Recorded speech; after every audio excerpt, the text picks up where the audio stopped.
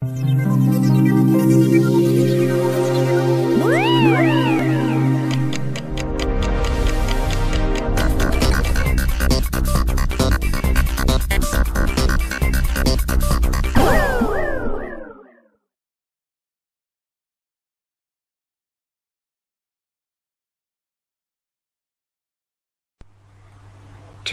Proofs Earth is Not a Spinning Ball" by Eric Dubay. 1. The horizon always appears perfectly flat 360 degrees around the observer regardless of altitude. All amateur balloon, rocket, plane, and drone footage show a completely flat horizon over 20+ miles high. Only NASA and other government space agencies show curvature in their fake CGI photos and videos. 2. The horizon always rises to the eye level of the observer as altitude is gained, so you never have to look down to see it. If Earth were in fact a globe, no matter how large, as you ascended, the horizon would stay fixed and the observer would have to tilt looking down further and further to see it. 3. The natural physics of water is to find and maintain its level. If Earth were a giant sphere tilted, wobbling, and hurtling through infinite space, then truly flat, consistently level surfaces would not exist here. But since Earth is in fact an extended flat plane, this fundamental physical property of fluids finding and remaining level is consistent with experience and common sense. 4. Rivers run down to sea level, finding the easiest course, north, south, east, west, and all other intermediary directions over the Earth at the same time. If Earth were truly a spinning ball, then many of these rivers would be impossibly flowing uphill. For example, the Mississippi, in its 3,000 miles, would have to ascend 11 miles before reaching the Gulf of Mexico. 5. One portion of the Nile River flows for 1,000 miles with a fall of only 1 foot. Parts of the West African Congo, according to the supposed inclination and movement of the ball Earth, would be sometimes running uphill and sometimes down. This would also be the case for the Parana, Paraguay, and other long rivers. 6. If Earth were a ball 25,000 miles in circumference, as NASA and modern astronomy claim, spherical trigonometry dictates the surface of all standing water must curve downward an easily measurable 8 inches per mile, multiplied by the square of the distance. This means, along a 6-mile channel of standing water, the Earth would dip 6 feet on either end from the central peak. Every time such experiments have been conducted, however, standing water has proven to be perfectly level. 7. Surveyors, engineers, and architects are never required to factor the supposed curvature of the Earth into their projects. Canals, railways, bridges, and tunnels, for example, are always cut and laid horizontally, often over hundreds of miles without any allowance for curvature. 8. The Suez Canal, connecting the Mediterranean with the Red Sea, is 100 miles long without any locks, making the water an uninterrupted continuation of the two seas. When constructed, the Earth's supposed curvature was not taken into account. It was dug along a horizontal datum line, 26 feet below sea level, passing through several lakes from one sea to the other, with the datum line and the water's surface running perfectly parallel over the 100 miles. 9. Engineer W. Winkler was published in the Earth Review regarding the Earth's supposed curvature, stating, "As an engineer of many years' standing, I saw that this absurd allowance is only permitted in school books. No engineer would dream of allowing anything of the kind. I have projected many miles of railways and many more of canals, and the allowance has not even been thought of, much less allowed for.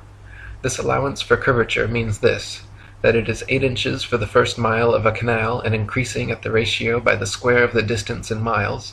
Thus a small navigable canal for boats, say 30 miles long, will have, by the above rule, an allowance for curvature of 600 feet. Think of that, and then please credit engineers as not being quite such fools. Nothing of the sort is allowed. We no more think of allowing 600 feet for a line of 30 miles of railway or canal than of wasting our time trying to square the circle. 10. The London and Northwestern Railway forms a straight line 180 miles long between London and Liverpool. The railroad's highest point, midway at Birmingham Station, is only 240 feet above sea level. If the world were actually a globe, however, curving 8 inches per mile squared, The 180-mile stretch of rail would form an arc with the center point at Birmingham raised over a mile, a full 5,400 feet above London and Liverpool. 11. A surveyor and engineer of 30 years published in the Birmingham Weekly Mercury stated, "I am thoroughly acquainted with the theory and practice of civil engineering. However bigoted some of our professors may be in the theory of surveying, according to the prescribed rules, yet it is well known amongst us that such theoretical measurements are incapable of any practical illustration. All our locomotives are designed to run on what may be regarded as true levels or flats. There are, of course, partial inclines or gradients here and there, but they are always accurately defined and must be carefully traversed. But anything approaching to 8 inches in the mile, increasing as the square of the distance, could not be worked by any engine that was ever yet constructed. Taking one station with another, all over England and Scotland, it may be stated that all the platforms are on the same relative level. The distance between eastern and western coasts of England may be set down as 300 miles. If the prescribed curvature was indeed as represented, the central stations at Rugby or Warwick ought to be close upon 3 miles higher than a cord drawn from the 2 extremities. If such was the case, there is not a driver or stoker within the kingdom that would be found to take charge of the train. We can only laugh at those of your readers who seriously give us credit for such venturesome exploits as running trains round spherical curves. Horizontal curves on levels are dangerous enough. Vertical curves would be 1,000 times worse, and with our rolling stock constructed as at present, physically impossible.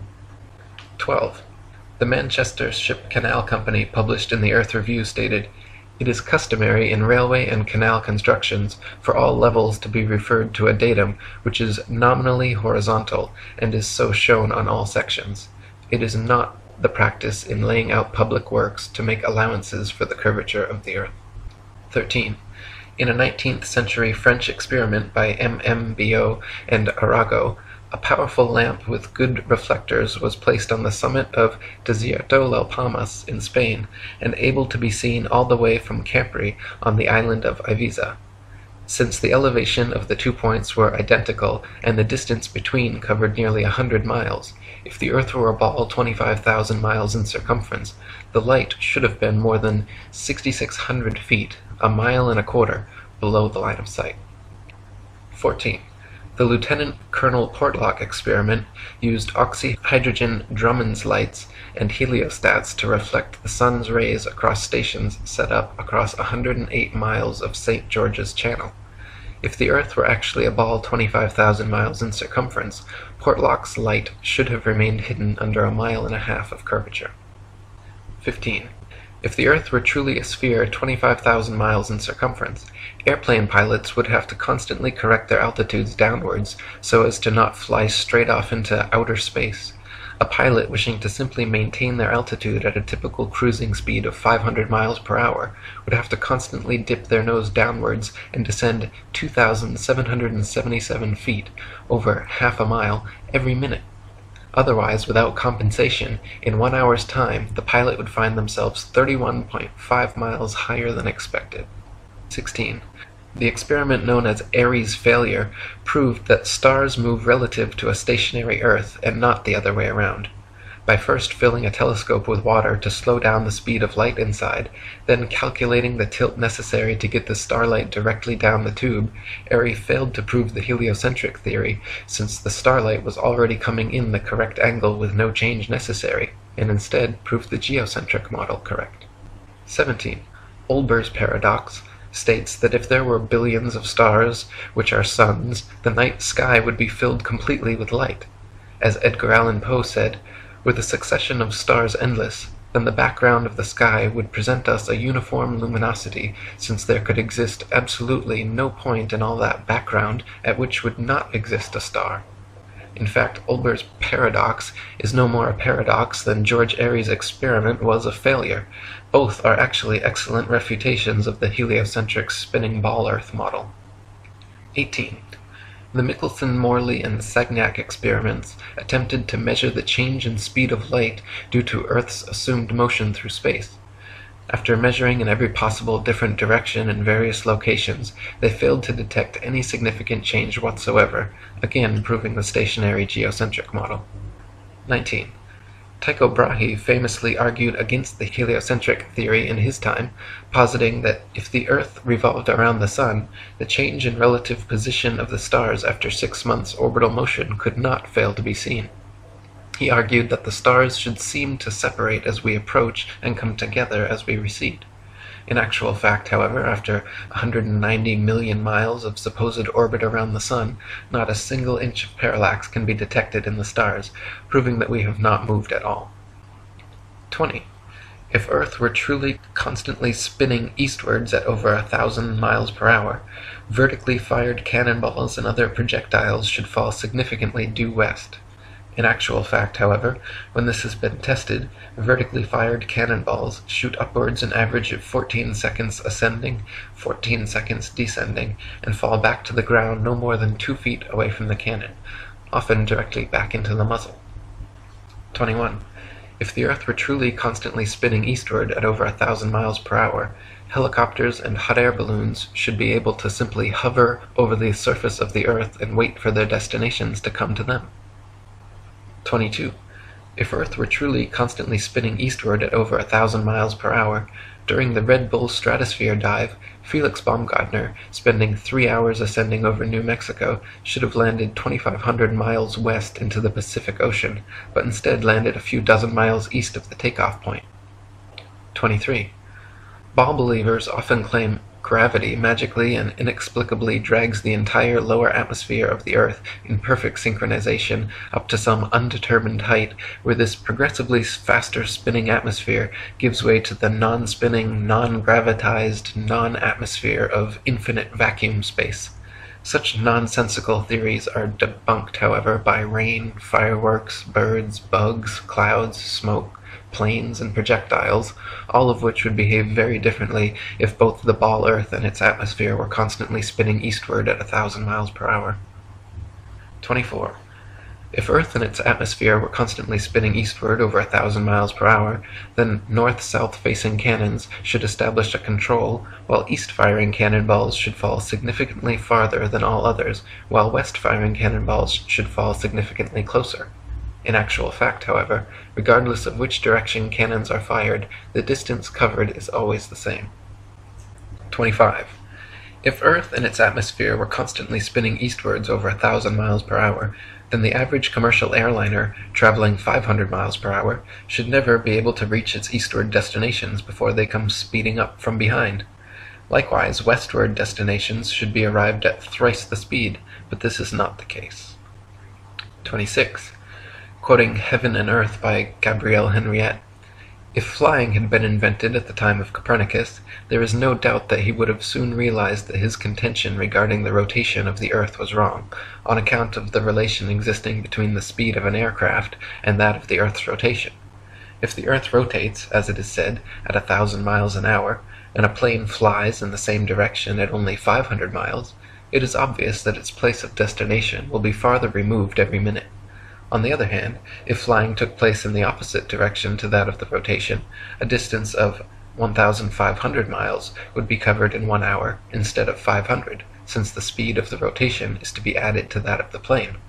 It could also be pointed out that such a flying speed of 1,000 miles an hour, which is supposed to be that of the Earth's rotation, has recently been achieved, so that an aircraft flying at this rate in the same direction as that of the rotation could not cover any ground at all. It would remain suspended in mid-air over the spot from which it took off, since both speeds are equal. 27. If Earth and its atmosphere were constantly spinning eastwards over 1,000 miles per hour, landing airplanes on such fast-moving runways, which face all manner of directions, north, south, east, west, and otherwise, would be practically impossible. Yet, in reality, such fictional concerns are completely negligible. 28. If the Earth and its atmosphere were constantly spinning eastwards over 1,000 miles per hour, then clouds, wind, and weather patterns could not casually and unpredictably go every which way, with clouds often traveling in opposing directions at varying altitudes simultaneously. 29.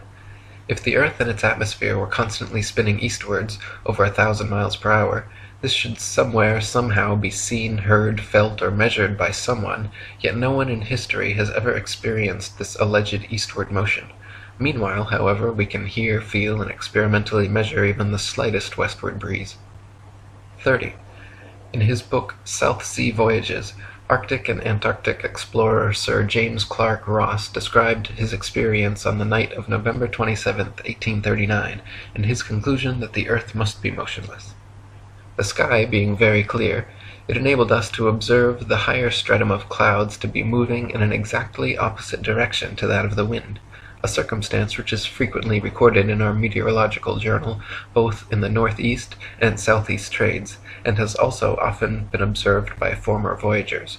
Captain Basil Hall witnessed it from the summit of the Peak of Teneriffe, and Count Strzelecki, on ascending the volcanic mountain of Kyrenia in Owyhee, reached at 4,000 feet an elevation above that of the trade wind, and experienced the influence of an opposite current of air of a different hydrometric and thermometric condition. Count Strzelecki further informed me of the following seemingly anomalous circumstance, that at the height of 6,000 feet he found the current of air blowing at right angles to both the lower strata, also of a different thermometric condition, but warmer than the interstratum. Such a state of the atmosphere is compatible only with the fact which other evidence has demonstrated, that the Earth is at rest. 31. Quoting Zetetic Cosmogony, Thomas Winship states, "Let imagination picture to the mind what force air would have which was set in motion by a spherical body of 8,000 miles in diameter, which in 1 hour was spinning round 1,000 miles per hour, rushing through space at 65,000 miles per hour, and gyrating across the heavens. Then let conjecture endeavor to discover whether the inhabitants on such a globe could keep their hair on. If the earth globe rotates on its axis at the terrific rate of 1,000 miles per hour, such an immense mass would of necessity cause a tremendous rush of wind in the space it occupied. The wind would go all one way, and anything like clouds which got within the sphere of influence of the rotating sphere would have to go the same way. The fact that the earth is at rest is proved by kite flying." 32. If gravity is credited with being a force strong enough to hold the world's oceans, buildings, people, and atmosphere stuck to the surface of a rapidly spinning ball, then it is impossible for gravity to also simultaneously be weak enough to allow little birds, bugs, and planes to take off and travel freely, unabated in any direction. 33. If gravity is credited with being a force strong enough to curve the massive expanse of oceans around a globular earth, it would be impossible for fish and other creatures to swim through such forcefully held water. 34. Ship captains in navigating great distances at sea never need to factor the supposed curvature of the earth into their calculations. Both plain sailing and great circle sailing, the most popular navigation methods, use plane, not spherical trigonometry, making all mathematical calculations on the assumption that the earth is perfectly flat. If the earth were in fact a sphere, such an errant assumption would lead to constantly glaring inaccuracies. Plain sailing has worked perfectly fine in both theory and practice for thousands of years, however, and plane trigonometry has time and again proven more accurate than spherical trigonometry in determining distances across the oceans. 35. If the earth were truly a globe, then every line of latitude south of the equator would have to measure a gradually smaller and smaller circumference the farther south traveled. If, however, the earth is an extended plane, then every line of latitude south of the equator should measure a gradually larger and larger circumference the farther south traveled. The fact that many captains navigating south of the equator, assuming the globular theory, have found themselves drastically out of reckoning, more so the farther south traveled, testifies to the fact that Earth is not a ball. 36. During Captain James Clark Ross's voyages around the Antarctic circumference, he often wrote in his journal, perplexed at how they routinely found themselves out of accordance with their charts, stating that they found themselves an average of 12 to 16 miles outside their reckoning every day. later on further south as much as 29 miles. 37. Lieutenant Charles Wilkes commanded a United States Navy exploration expedition to the Antarctic from 1838 to 1842, and in his journals also mentioned being consistently east of his reckoning, sometimes over 20 miles in less than 18 hours. 38. To quote Reverend Thomas Milner, "In the southern hemisphere, navigators to India have often fancied themselves east of the Cape when still west, and have been driven ashore on the African coast, which, according to their reckoning, lay behind them. This misfortune happened to a fine frigate, the Challenger, in 1845. How came Her Majesty's ship Conqueror to be lost? How have so many other noble vessels, perfectly sound, perfectly manned, perfectly navigated, been wrecked in calm weather, not only in dark night or in a fog, but in broad daylight and sunshine? In the former case, upon the coasts, in the latter upon sunken rocks, from being out of reckoning? The simple answer is that Earth is not a ball." 39. Practical distance measurements taken from the Australian Handbook Almanac, Shippers and Importers Directory, state that the straight-line distance between Sydney and Nelson is 1,550 statute miles. Their given difference in longitude is 22 degrees, 2 minutes, and 14 seconds. Therefore, if 22 degrees, 2 minutes, 14 seconds out of 360 is 1,550 miles, the entirety would measure 25,182 miles. This is not only larger than the ball Earth is said to be at the equator, but a whole 4,262 miles greater than it would be at Sydney's southern latitude on a globe of said proportions. 40.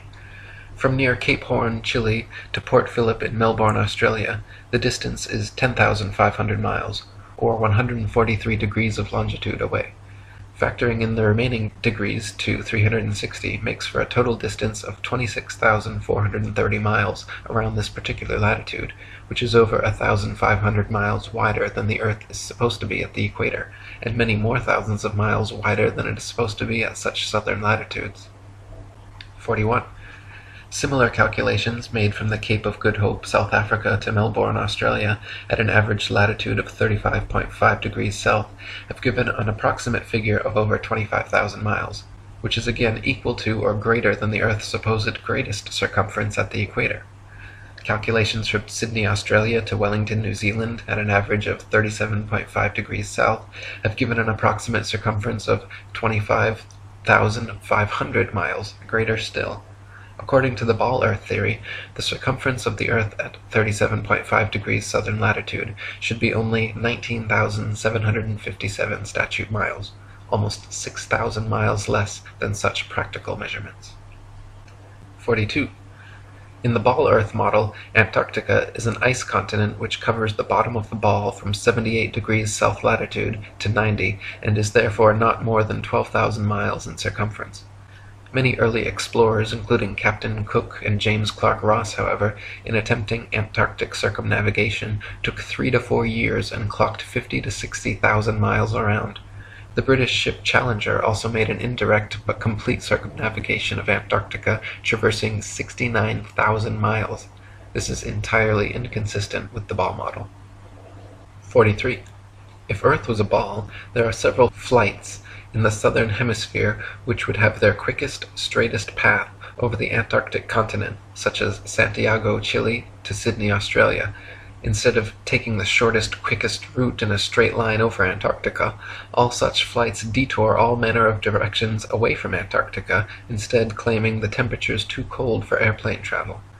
Considering the fact that there are plenty of flights to, from, and over Antarctica, and NASA claims to have technology keeping them in conditions both far colder and far hotter than any experienced on Earth, such an excuse is clearly just an excuse, and these flights aren't made because they are impossible.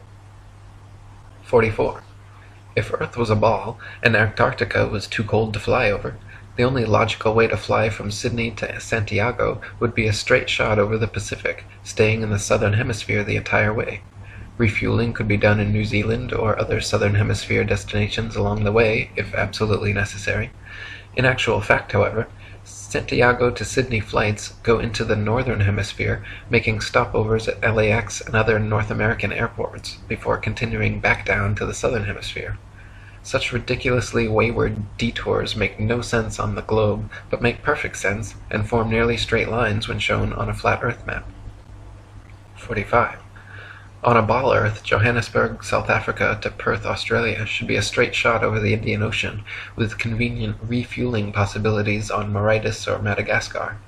In actual practice, however, most Johannesburg to Perth flights curiously stop over either in Dubai, Hong Kong, or Malaysia, all of which make no sense on the ball, but are completely understandable when mapped on a flat Earth.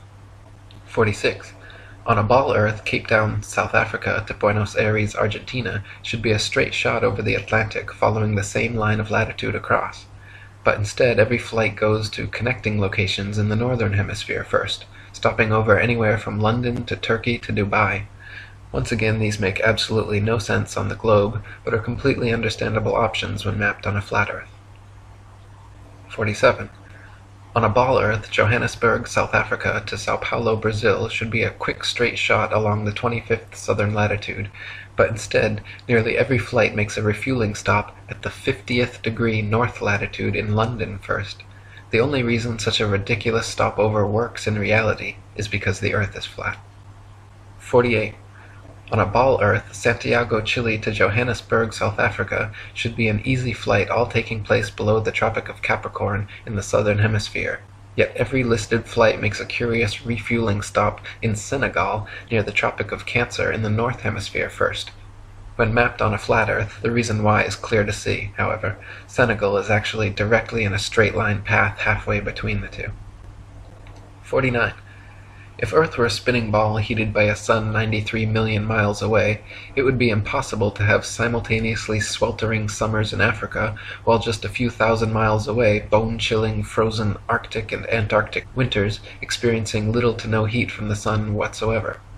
If the heat from the sun traveled 93 million miles to the Sahara Desert, it is absurd to assert that another 4,000 miles, 0.00004%, further to Antarctica would completely negate such sweltering heat, resulting in such drastic differences. 50. If the Earth were truly a globe, the Arctic and Antarctic polar regions and areas of comparable latitude north and south of the equator should share similar conditions and characteristics, such as comparable temperatures, seasonal changes, length of daylight, plant and animal life. In reality, however, the Arctic and Antarctic regions and areas of comparable latitude north and south of the equator differ greatly in many ways, entirely inconsistent with the ball model and entirely consistent with the flat model. 51. Antarctica is by far the coldest place on Earth, with an average annual temperature of approximately minus 57 degrees Fahrenheit and a record low of minus 135.8. The average annual temperature at the North Pole, however, is a comparatively warm 4 degrees. Throughout the year, temperatures in the Antarctic vary less than half the amount at comparable Arctic latitudes. The northern Arctic region enjoys moderately warm summers and manageable winters, whereas the southern Antarctic region never even warms enough to melt the perpetual snow and ice. On a tilting, wobbling ball Earth spinning uniformly around the sun, Arctic and Antarctic temperatures and seasons should not vary so greatly. 52. Iceland, at 65 degrees north latitude, is home to 870 species of native plants and abundant various animal life. Compare this with the Isle of Georgia at just 54 degrees south latitude, where there are only 18 species of native plants and animal life is almost non-existent. The same latitude as Canada or England in the north, where dense forests of various tall trees abound, the infamous Captain Cook wrote of Georgia that he was unable to find a single shrub large enough to make a toothpick. Cook wrote, "Not a tree was to be seen. The lands which lie to the south are doomed by nature to perpetual frigidness, never to feel the warmth of the sun's rays, whose horrible and savage aspect I have not words to describe. Even marine life is sparse in certain tracts of vast extent, and the sea-bird is seldom observed flying over such lonely wastes. The contrasts between the limits of organic life in the Arctic and Antarctic zones is very remarkable and significant." 53. At places of comparable latitude north and south, the sun behaves very differently than it would on a spinning ball Earth, but precisely how it should on a flat Earth. For example, the longest summer days north of the equator are much longer than those south of the equator, and the shortest winter days north of the equator are much shorter than the shortest south of the equator. This is inexplicable on a uniformly spinning, wobbling ball Earth, but fits exactly on a flat model with the sun traveling circles over and around the Earth from tropic to tropic. 54. At places of comparable latitude north and south, dawn and dusk happen very differently than they would on a spinning ball, but precisely how they should on a flat Earth. In the north, dawn and dusk come slowly and last far longer than in the south, where they come and go very quickly. Certain places in the north twilight can last for over an hour, while at comparable southern latitudes, within a few minutes the sunlight completely disappears. This is inexplicable on a uniformly spinning, wobbling ball Earth, but is exactly what is expected on a flat Earth with the sun traveling faster, wider circles over the south and slower, narrower circles over the north. 55. If the sun circles over and around the Earth every 24 hours, steadily traveling from tropic to tropic every 6 months, it follows that the northern central region would annually receive far more heat and sunlight than the southern circumferential region. Since the sun must sweep over the larger southern region in the same 24 hours it has to pass over the smaller northern region, its passage must necessarily be proportionally faster as well. This perfectly explains the differences in Arctic and Antarctic temperatures, seasons, length of daylight, plant and animal life. This is why the Antarctic morning dawn and evening twilight are very abrupt compared with the north, and this explains why many midsummer Arctic nights the sun does not set at all. 56.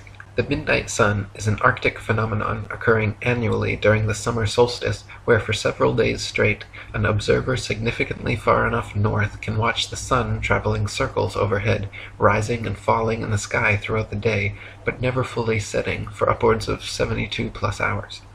If the Earth were actually a spinning globe revolving around the sun, the only place such a phenomenon as the midnight sun could be observed would be at the poles. Any other vantage point from 89 degrees latitude downwards could never, regardless of any tilt or inclination, see the sun for 24 hours straight. To see the sun for an entire revolution on a spinning globe at a point other than the poles, you would have to be looking through miles and miles of land and sea for part of the revolution. 57. The establishment claims the midnight sun is experienced in Antarctica, but they conveniently do not have any uncut videos showing this, nor do they allow independent explorers to travel to Antarctica during the winter solstice to verify or refute these claims. Conversely, there are dozens of uncut videos publicly available showing the Arctic midnight sun, and it has been verified beyond any shadow of a doubt. 58. The Royal Belgian Geographical Society, in their Expedition Antarctique Belge, recorded that during the most severe part of the Antarctic winter, from 71 degrees south latitude onwards, the sun sets on May 17th and is not seen above the horizon again until July 21st. This is completely at odds with the ball Earth theory, but easily explained by the flat Earth model. The midnight sun is seen from high altitudes in extreme northern latitudes during Arctic summer because the sun, at its innermost cycle, is circling tightly enough around the polar center that it remains visible above the horizon for someone at such a vantage point. Likewise, in extreme southern latitudes during Arctic summer, the sun completely disappears from view for over 2 months, because there, at the northern tropic, the innermost arc of its boomerang journey, the sun is circling the northern center too tightly to be seen from the southern circumference. 59. Quoting Gabrielle Henriette, "The theory of the rotation of the Earth may once and for all be definitely disposed of as impracticable by pointing out the following inadvertence. It is said that the rotation takes 24 hours and that its speed is uniform, in which case, necessarily, days and nights should have an identical duration of 12 hours each all the year round. The sun should invariably rise in the morning and set in the evening at the same hours, with the result that it would be the equinox every day from the 1st of January to the 31st of December. One should stop and reflect on this before saying that the Earth has a movement of rotation. How does the system of gravitation account for the seasonal variations in the length of days and nights if the Earth rotates at a uniform speed in 24 hours? 60.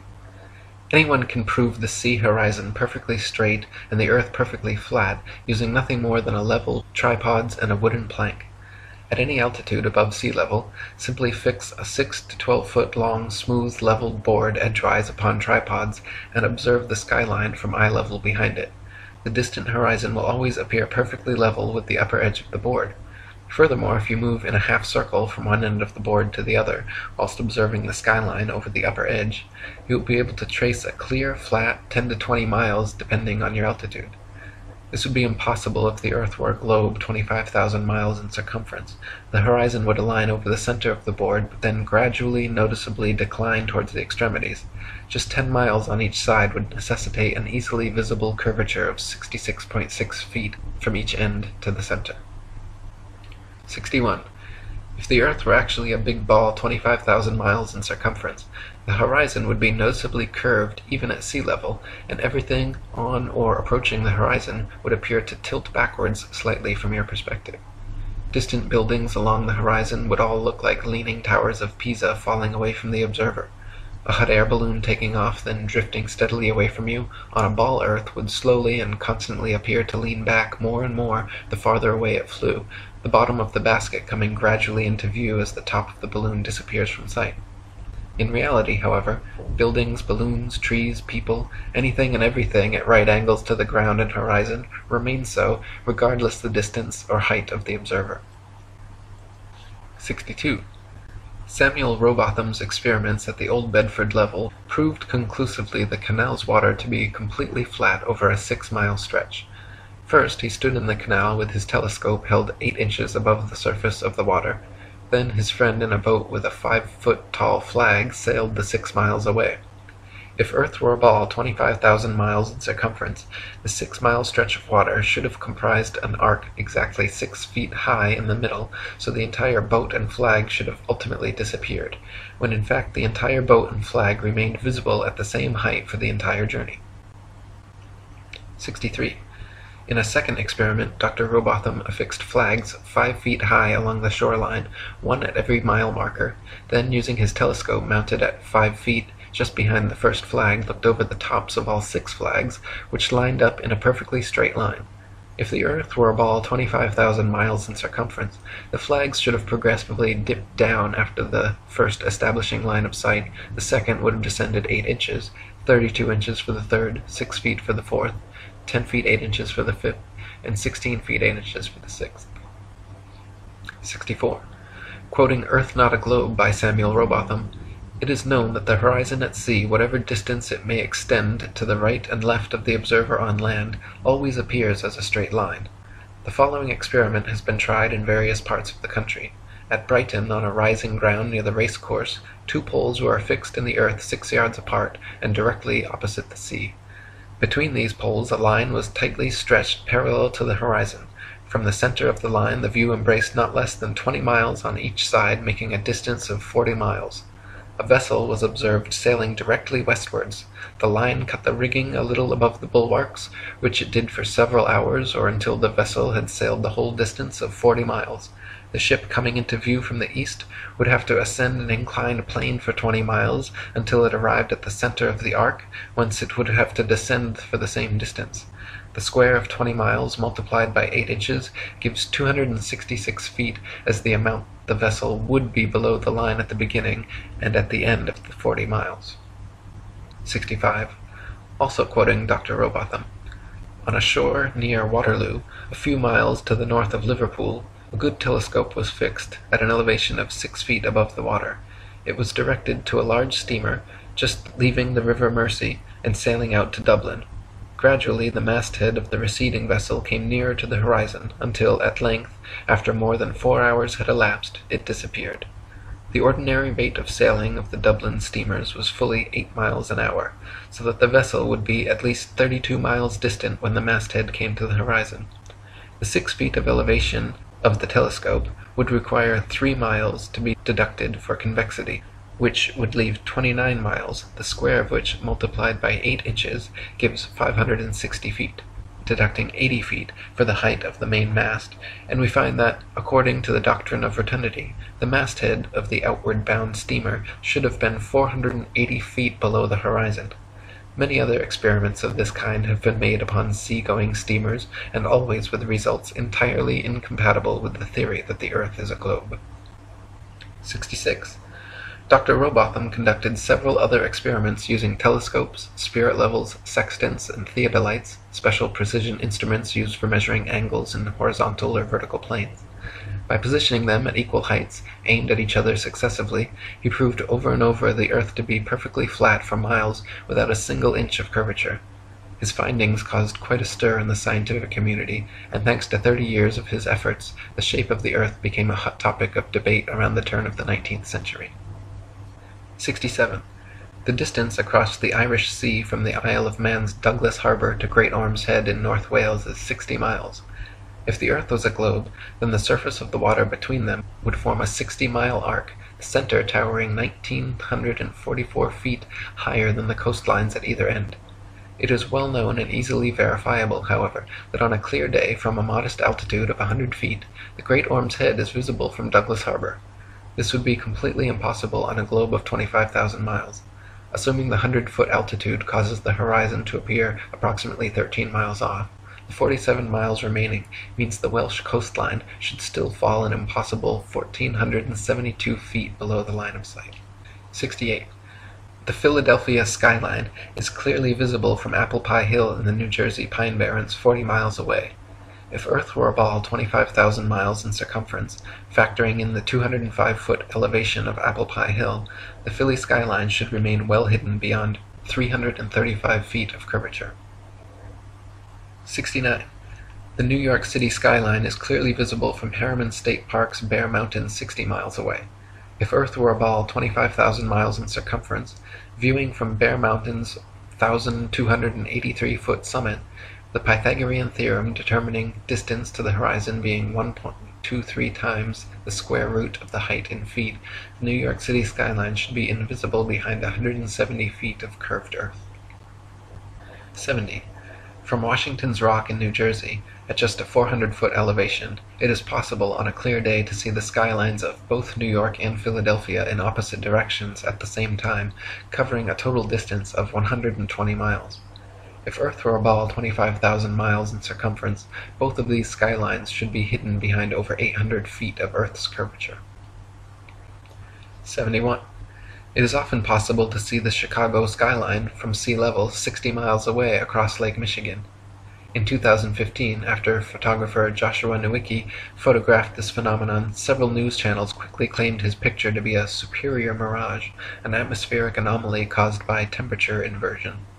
While these certainly do occur, the skyline in question was facing right side up and clearly seen, unlike a hazy, illusory mirage, and on a ball Earth 25,000 miles in circumference should be 2,400 feet below the horizon. 72. October 16, 1854, the Times newspaper reported the Queen's visit to Great Grimsby from Hull, recording they were able to see the 300-foot-tall dock tower from 70 miles away. On a ball Earth 25,000 miles in circumference, factoring their 10-foot elevation above the water and the tower's 300-foot height at 70 miles away, the dock tower should have remained an entire 2,600 feet below the horizon. 73. In 1872, Captain Gibson and crewmates, sailing the ship Thomas Wood from China to London, reported seeing the entirety of St. Helena Island on a clear day from 75 miles away. Factoring in their height during measurement on a ball Earth 25,000 miles in circumference, it was found the island should have been 3,650 feet below their line of sight. 74.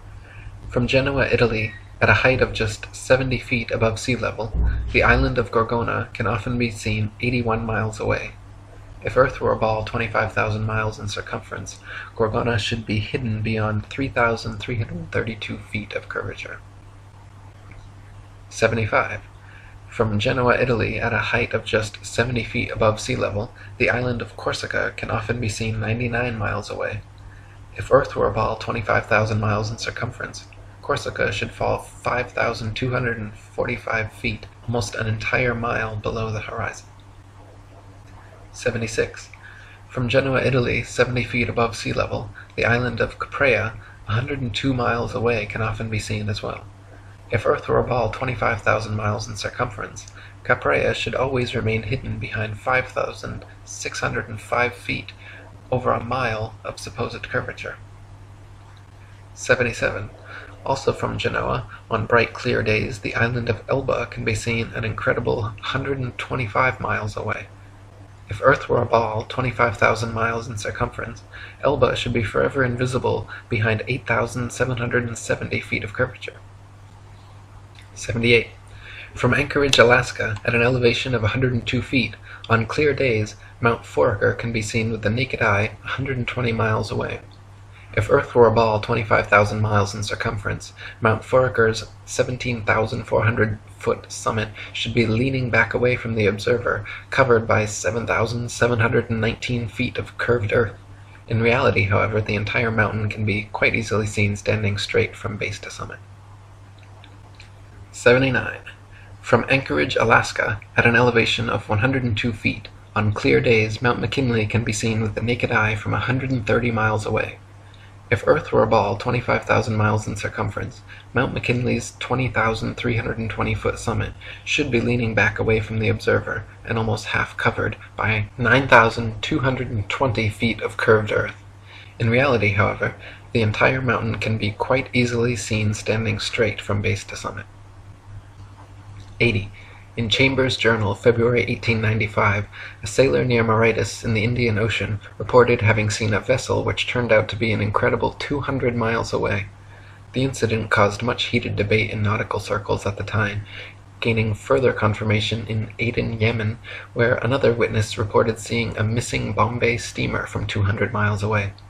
He correctly stated the precise appearance, location, and direction of the steamer, all later corroborated and confirmed correct by those on board. Such sightings are absolutely inexplicable if the Earth were actually a ball 25,000 miles around, as ships 200 miles distant would have to fall approximately 5 miles below line of sight. 81. The distance from which various lighthouse lights around the world are visible at sea far exceeds what could be found on a ball Earth 25,000 miles in circumference. For example, the Dunkirk light in southern France, at an altitude of 194 feet, is visible from a boat 10 feet above sea level, 28 miles away. Spherical trigonometry dictates that if the Earth was a globe with the given curvature of 8 inches per mile squared, this light should be hidden 190 feet below the horizon. 82. The Port Nicholson light in New Zealand is 420 feet above sea level and visible from 35 miles away, where it should be 220 feet below the horizon. 83. The Icaro light in Norway is 154 feet above high water and visible from 28 statute miles, where it should be 230 feet below the horizon. 84. The light at Madras on the Esplanade is 132 feet high and visible from 28 miles away, where it should be 250 feet below the line of sight. 85. The Cordonan light on the west coast of France is 207 feet high and visible from 31 miles away, where it should be 280 feet below the line of sight. 86. The light at Cape Bonavista, Newfoundland, is 150 feet above sea level and visible at 35 miles, where it should be 491 feet below the horizon. 87. The lighthouse steeple of St. Botolph's Parish Church in Boston is 290 feet tall and visible from over 40 miles away, where it should be hidden a full 800 feet below the horizon. 88. The Isle of Wight Lighthouse in England is 180 feet high and can be seen up to 42 miles away, a distance at which modern astronomers say the light should fall 996 feet below the line of sight. 89. The Cape Legulas Lighthouse in South Africa is 33 feet high, 238 feet above sea level, and can be seen for over 50 miles. If the world were a globe, this light would fall 1,400 feet below an observer's line of sight. 90. The Statue of Liberty in New York stands 326 feet above sea level, and on a clear day can be seen as far as 60 miles away. If the Earth were a globe, that would put Lady Liberty at an impossible 2,074 feet below the horizon. 91. The lighthouse at Port Said, Egypt, at an elevation of only 60 feet, has been seen an astonishing 58 miles away, where, according to modern astronomy, it should be 2,182 feet below the line of sight.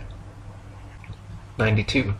The Notre Dame Antwerp spire stands 403 feet high from the foot of the tower, with Strasbourg measuring 468 feet above sea level. With the aid of a telescope, ships can be distinguished on the horizon, and captains declare they can see the cathedral spire from an amazing 150 miles away. If the earth were a globe, however, at that distance the spire should be an entire mile, 5,280 feet below the horizon. 93. The St. George's Channel between Holyhead and Kingstown Harbour near Dublin is 60 miles across. When halfway across, a ferry passenger will notice behind them the light on Holyhead Pier, as well as in front of them the Poolbeg light in Dublin Bay. The Holyhead Pier light is 44 feet high, while the Poolbeg lighthouse 68 feet. Therefore, a vessel in the middle of the channel, 30 miles from either side, standing on a deck 24 feet above the water, can clearly see both lights. On a ball earth 25,000 miles in circumference, however, both lights should be hidden well below both horizons by over 300 feet. 94. From the highland near Portsmouth Harbour in Hampshire, England, looking across Spithead to the Isle of Wight, the entire base of the island, where water and land come together, composes a perfectly straight line 22 statute miles long. According to the ball earth theory, the Isle of Wight should decline 80 feet from the center on each side to account for the necessary curvature.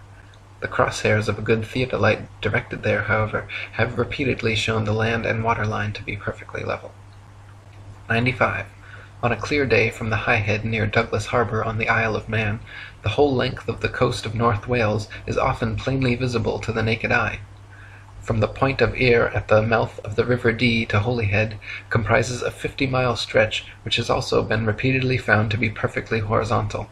If the earth actually had curvature of 8 inches per mile squared, as NASA and modern astronomy claim, the 50-mile length of Welsh coast seen along the horizon in Liverpool Bay would have to decline from the center point an easily detectable 416 feet on each side. 96. From 100 Proofs the Earth is Not a Globe by William Carpenter. If we take a journey down Chesapeake Bay by night, we shall see the light exhibited at Sharp's Island for an hour before the steamer gets to it. We may take up a position on deck so that the rail of the vessel's side will be in a line with the light and in the line of sight, and we shall find that in the whole journey the light won't vary in the slightest degree in its apparent elevation. But say that a distance of 13 miles has been traversed, the astronomer's theory of curvature demands a difference, one way or the other, in the apparent elevation of the light of 112 feet 8 inches. Since, however, there is not a difference of 100 hair's breadths, we have a plain proof that the water of the Chesapeake Bay is not curved, which is a proof that the earth is not a globe. 97. NASA and modern astronomy say the Earth is a giant ball tilted back, wobbling and spinning 1,000 miles per hour around its central axis, traveling 67,000 miles per hour circles around the Sun, spiraling 500,000 miles per hour around the Milky Way, while the entire galaxy rockets a ridiculous 670 million miles through the universe, with all of these motions originating from an alleged Big Bang cosmogenic explosion 14 billion years ago. That's a grand total of 67,568,000 miles per hour in several different directions we're all supposedly speeding along at simultaneously, yet no one has ever seen, felt, heard, measured, or proven a single one of these motions to exist whatsoever. 98. NASA and modern astronomy say Polaris, the North Pole star, is somewhere between 323 and 434 light-years, or about 2 quadrillion miles, away from us. Firstly, note that is between 1,938,000,000,000,000 to 2,604,000,000,000,000 miles, making a difference of over 600 trillion miles. If modern astronomy cannot even agree on the distance to stars within hundreds of trillions of miles, perhaps their science is flawed and their theory needs re-examining. However, even granting them their obscurely distant stars, it is impossible for heliocentrists to explain how Polaris manages to always remain perfectly aligned straight above the North Pole throughout Earth's various alleged tilting, wobbling, rotating, and revolving motions. 99. Viewed from a ball Earth, Polaris, situated directly over the North Pole, should not be visible anywhere in the southern hemisphere. For Polaris to be seen from the southern hemisphere of a globular Earth, the observer would have to be somehow looking through the globe, and miles of land and sea would have to be transparent. Polaris can be seen, however, up to over 20 degrees south latitude. 100. If Earth were a ball, the Southern Cross and other southern constellations would all be visible at the same time from every longitude on the same latitude, as is the case in the north with Polaris and its surrounding constellations. Ursa Major and Minor and many others can be seen from every northern meridian simultaneously, whereas in the south, constellations like the Southern Cross cannot. This proves that the southern hemisphere is not turned under as in the ball model, but simply stretching further outwards away from the northern center point as in the flat Earth model. 101. Sigma Octantis is claimed to be a southern central pole star similar to Polaris, around which the southern hemisphere stars all rotate around the opposite direction. Unlike Polaris, however, Sigma Octantis cannot be seen simultaneously from every point along the same latitude. It is not central, but allegedly 1 degree off-center. It is not motionless, and in fact cannot be seen at all using publicly available telescopes. There is legitimate speculation regarding whether Sigma Octantis even exists. Either way, the direction in which stars move overhead is based on perspective and the exact direction you're facing, not which hemisphere you're in. 102. Some heliocentrists have tried to suggest that the pole star's gradual declination overhead, as an observer travels southward, is proof of a globular Earth. Far from it, the declination of the pole star or any other object is simply a result of the law of perspective on plane, flat surfaces. The law of perspective dictates that the angle and height at which an object is seen diminishes the farther one recedes from the object, until at a certain point the line of sight and the seemingly uprising surface of the Earth converges to a vanishing point, i.e. the horizon line, beyond which the object is invisible. In the ball Earth model, the horizon is claimed to be the curvature of the Earth, whereas in reality, the horizon is known to simply be the vanishing line of perspective based on the strength of your eyes, instruments, weather, and altitude. 103. There are several constellations which can be seen from far greater distances over the face of the Earth than should be possible if the world were a rotating, revolving, wobbling ball. For instance, Ursa Major, very close to Polaris, can be seen from 90 degrees north latitude, the North Pole, all the way down to 30 degrees south latitude. For this to be possible on a ball Earth, the southern observers would have to be seeing through hundreds or thousands of miles of bulging Earth to the northern sky. 104. The constellation Vulpecula can be seen from 90 degrees north latitude all the way to 55 degrees south latitude. Taurus, Pisces, and Leo can be seen from 90 degrees north all the way to 65 degrees south. An observer on a ball Earth, regardless of any tilt or inclination, should not logically be able to see this far. 105. Aquarius and Libra can be seen from 65 degrees north to 90 degrees south. The constellation Virgo is visible from 80 degrees north down to 80 degrees south, and Orion can be seen from 85 degrees north all the way to 75 degrees south latitude. These are all only possible because the hemispheres are not spheres at all, but concentric circles of latitude extending outwards from the central North Pole, with the stars rotating over and around. 106. The so-called South Pole is simply an arbitrary point along the Antarctic ice marked with a red and white barbershop pole topped with a metal ball Earth. The ceremonial South Pole is admittedly and provably not the actual South Pole, however, because the actual South Pole could be demonstrably confirmed with the aid of a compass showing north to be 360 degrees around the observer. Since this feat has never been achieved, the model remains pure theory, along with the establishment's excuse that the geomagnetic poles supposedly constantly move around, making verifications of their claims impossible. 107. Ring magnets, of the kind found in loudspeakers, have a central North Pole with the opposite South Pole actually being all points along the outer circumference. This perfectly demonstrates the magnetism of our flat Earth, whereas the alleged source of magnetism in the ball Earth model is emitted from a hypothetical molten magnetic core in the center of the ball, which they claim conveniently causes both poles to constantly move, thus evading independent verification at their two ceremonial poles.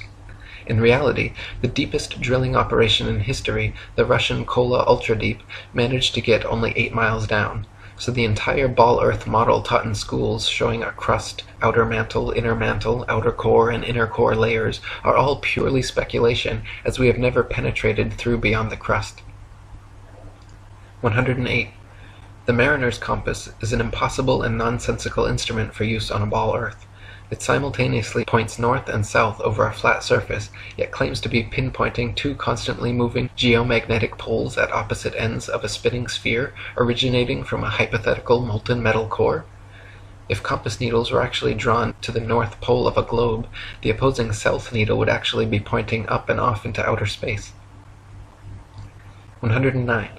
There are no fixed east or west points, just as there is no fixed south. The north central pole is the only proven fixed point on our flat Earth, with south being all straight lines outwards from the pole, east and west being concentric circles at constant right angles 90 degrees from the pole. A westerly circumnavigation of Earth is thus going around with Polaris continually on your right, while an easterly circumnavigation is going around with Polaris always at your left. 110.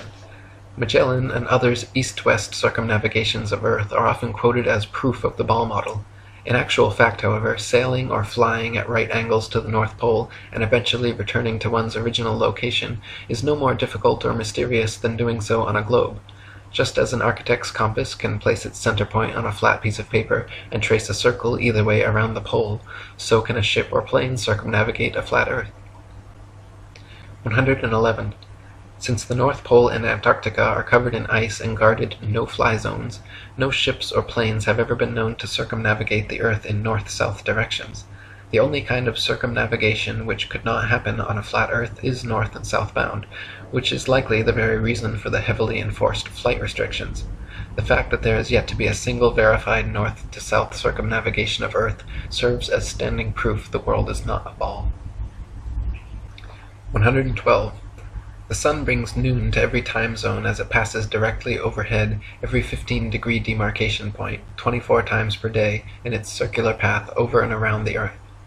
If time zones were instead caused by the uniform spinning of the ball Earth around the sun, every 6 months, as Earth found itself on the opposite side of the sun, clocks all over Earth would have to flip 12 hours. Day would be night, and night would be day. 113. The idea that people are standing, ships are sailing, and planes are flying upside down on certain parts of Earth, while others tilted at 90 degrees and all other impossible angles, is complete absurdity.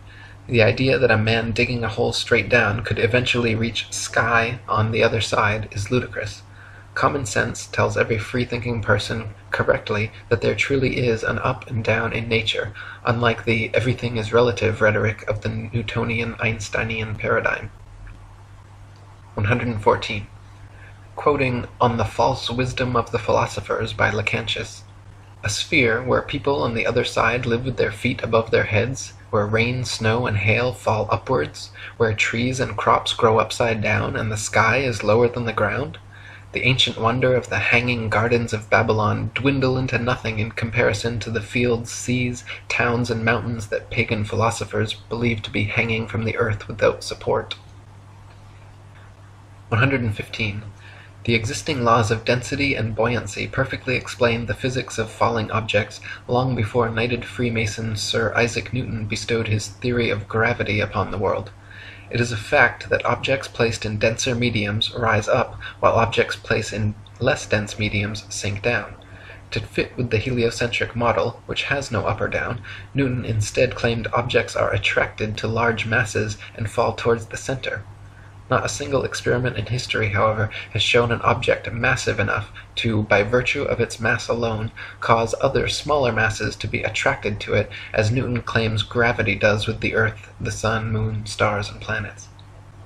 116.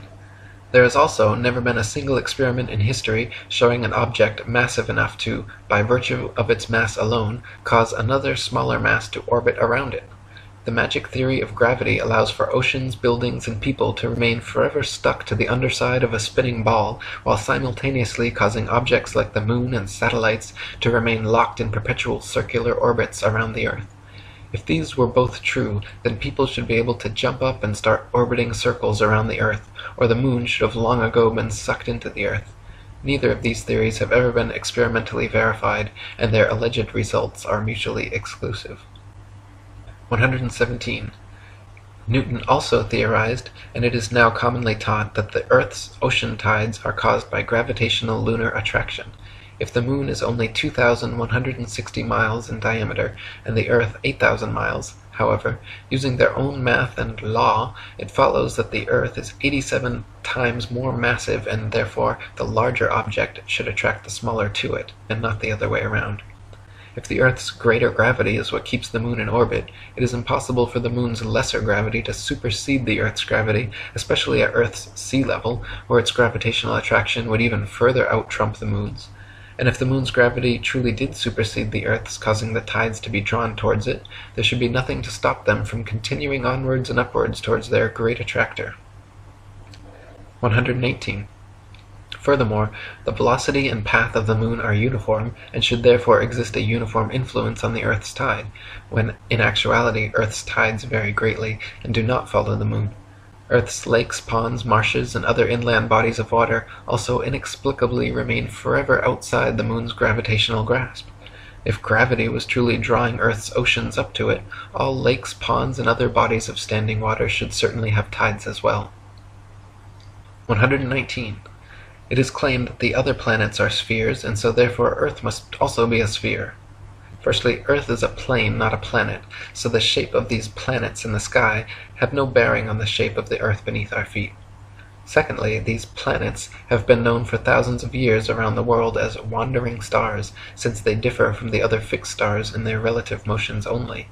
When looked at with an unprejudiced naked eye or through a telescope, the fixed and wandering stars appear as luminous disks of light, not spherical terra firma.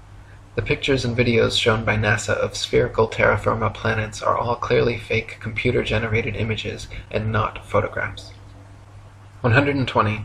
The etymology of the word planet actually comes from the late Old English planet, or from Old French planet, from Latin planeta, from Greek planetes, planetae, wandering stars, or to wander of unknown origin, to spread, or notion of spread out, from Latin planum, flat surface, plane, level, plane.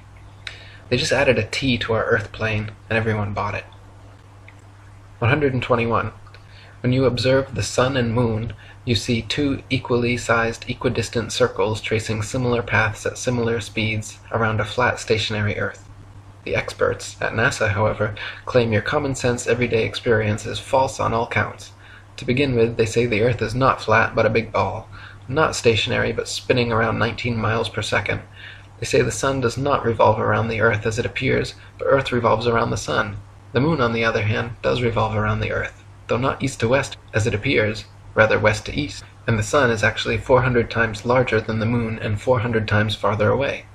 You can clearly see they are the same size and distance. You can see the Earth is flat, you can feel the Earth is stationary, but according to the gospel of modern astronomy, you are wrong and a simpleton worthy of endless ridicule if you dare to trust your own eyes and experience. 122. Quoting Alan Daves, "If the government or NASA had said to you that the Earth is stationary, imagine that. And then imagine we are trying to convince people that no, it's not stationary, it's moving forward at 32 times rifle bullet speed and spinning at 1,000 miles per hour. We would be laughed at. We would have so many people telling us, you're crazy, the Earth's not moving. We would be ridiculed for having no scientific backing for this convoluted moving Earth theory. And not only that, but then people would say, oh, then how do you explain a fixed calm atmosphere and the sun's observable movement? How do you explain that? Imagine saying to people, no, the atmosphere is moving also, but is somehow magically velcroed to the moving Earth. The reason is not simply because the Earth is stationary. So what we are actually doing is what makes sense. We are saying that the moving Earth theory is nonsense. The stationary Earth theory makes sense, and we are being ridiculed. You've got to picture it being the other way around to realize just how ridiculous the situation is. This theory from the government and NASA that the Earth is rotating and orbiting and leaning over and wobbling is absolute nonsense, and yet people are clinging to it tightly like a teddy bear. They just can't bring themselves to face the possibility that the Earth is stationary, though all evidence shows it. We feel no movement, the atmosphere hasn't been blown away, we see the sun move from east to west. Everything can be explained by a motionless Earth without bringing in all these assumptions to cover up previous assumptions gone bad. 123. Heliocentrists' astronomical figures always sound perfectly precise, but they have historically been notorious for regularly and drastically changing them to suit their various models. For instance, in his time, Copernicus calculated the sun's distance from Earth to be 3,391,200 miles. The next century, Johannes Kepler decided it was actually 12,376,800 miles away. Isaac Newton once said, "It matters not whether we reckon it 28 or 54 million miles distant, for either would do just as well." How scientific! Benjamin Martin calculated between 81 and 82 million miles. Thomas Dilworth claimed 93,726,900 miles. John Hine stated positively 95,298,260 miles. Benjamin Gould said more than 96 million miles, and Christian Mayer thought it was more than 104 million. Flat earthers throughout the ages, conversely, have used sextants and plane trigonometry to make such calculations, and found the sun and the moon both to be only about 32 miles in diameter and less than a few thousand miles from Earth. 124. Amateur balloon footage taken above the clouds has provided stunning visual proof that the sun cannot be millions of miles away. In several shots, you can see a clear hotspot reflecting on the clouds directly below the sun's spotlight-like influence. If the sun were actually millions of miles away, such a small, localized hotspot could not occur. 125. Another proof the sun is not millions of miles away is found by tracing the angle of sun rays back to their source above the clouds. There are thousands of pictures showing how sunlight comes down through cloud cover at a variance of converging angles. The area of convergence is, of course, the sun, and is not millions of miles away, but rather relatively close to Earth, just above the clouds. 126. The sun's annual journey from tropic to tropic, solstice to solstice, is what determines the length and character of days, nights, and seasons. This is why equatorial regions experience almost year-round summer and heat, while higher latitudes north, and especially south, experience more distinct seasons with harsh winters. The heliocentric model claims seasons change based on the ball Earth's alleged axial tilt and elliptical orbit around the sun, yet their flawed current model places us closest to the sun, 91 million miles, in January, when it is actually winter, and farthest from the sun, 94.5 million miles, in July, when it's actually summer throughout most of the Earth. 127. The fact that the sun and moon's reflections on water always form a straight-line path from the horizon to the observer proves the Earth is not a ball. If the Earth's surface was curved, it would be impossible for the reflected light to curve over the ball from horizon to observer. 128. There are huge centuries-old stone sundials and moondials all over the world which still tell the time now down to the minute as perfectly as the day they were made. If the Earth, Sun, and Moon were truly subject to the number of contradictory, revolving, rotating, wobbling, and spiraling motions claimed by modern astronomy, it would be impossible for these monuments to so accurately tell time without constant adjustment. 129. To quote William Carpenter, "Why in the name of common sense should observers have to fix their telescopes on solid stone bases so that they should not move a hair's breadth, if the Earth on which they fix them moves at the rate of 19 miles in a second? Indeed, to believe that 6,000 million tons is rolling, surging, flying, darting on through space forever, with a velocity compared with which a shot from a cannon is a very slow coach, with such unerring accuracy that a telescope fixed on granite pillars in an observatory will not enable a lynx-eyed astronomer to detect a variation in its onward motion of the thousandth part of a hair's breadth, is to conceive a miracle compared with which all the miracles on record put together would sink into utter insignificance.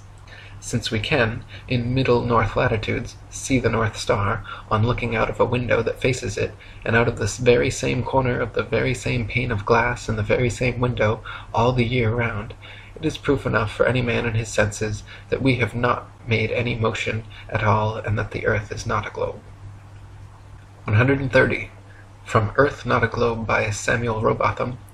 Take 2 carefully bored metallic tubes, not less than 6 feet in length, and place them 1 yard asunder on the opposite sides of a wooden frame, or a solid block of wood or stone, so adjust them that their centers or axes of vision shall be perfectly parallel to each other. Now direct them to the plane of some notable fixed star a few seconds previous to its meridian time. Let an observer be stationed at each tube, and the moment the star appears in the first tube, let a loud knock or other signal be given. to be repeated by the observer at the second tube when he sees the same star. A distinct period of time will elapse between the signals given. The signals will follow each other in very rapid succession, but still, the time between is sufficient to show that the same star is not visible at the same moment by two parallel lines of sight when only 1 yard asunder.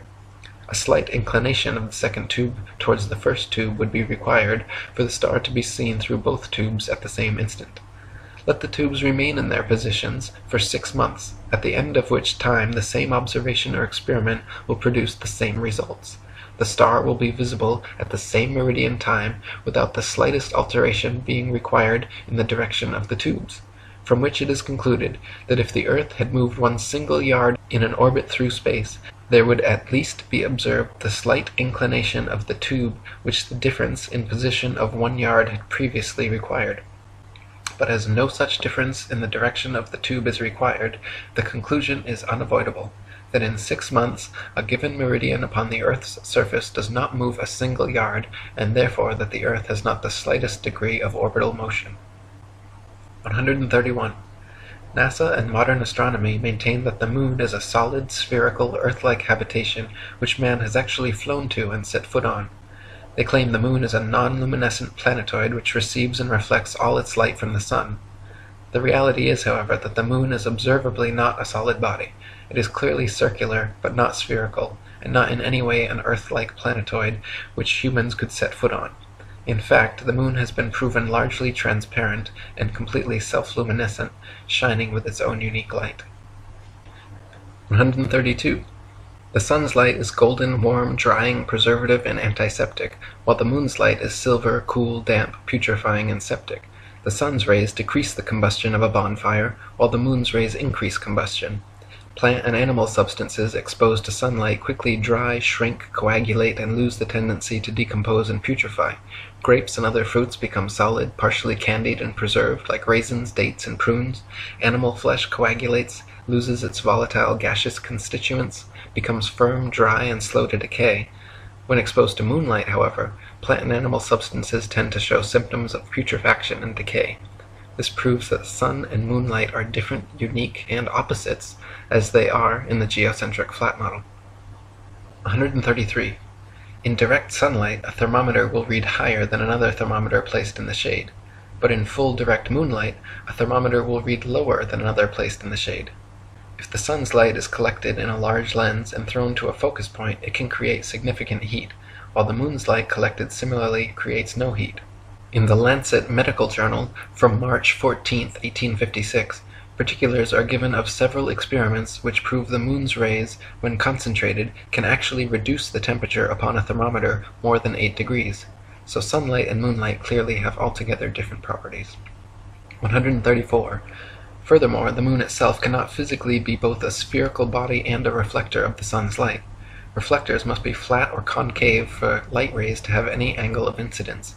If a reflector's surface is convex, then every ray of light points in a direct line with the radius perpendicular to the surface, resulting in no reflection.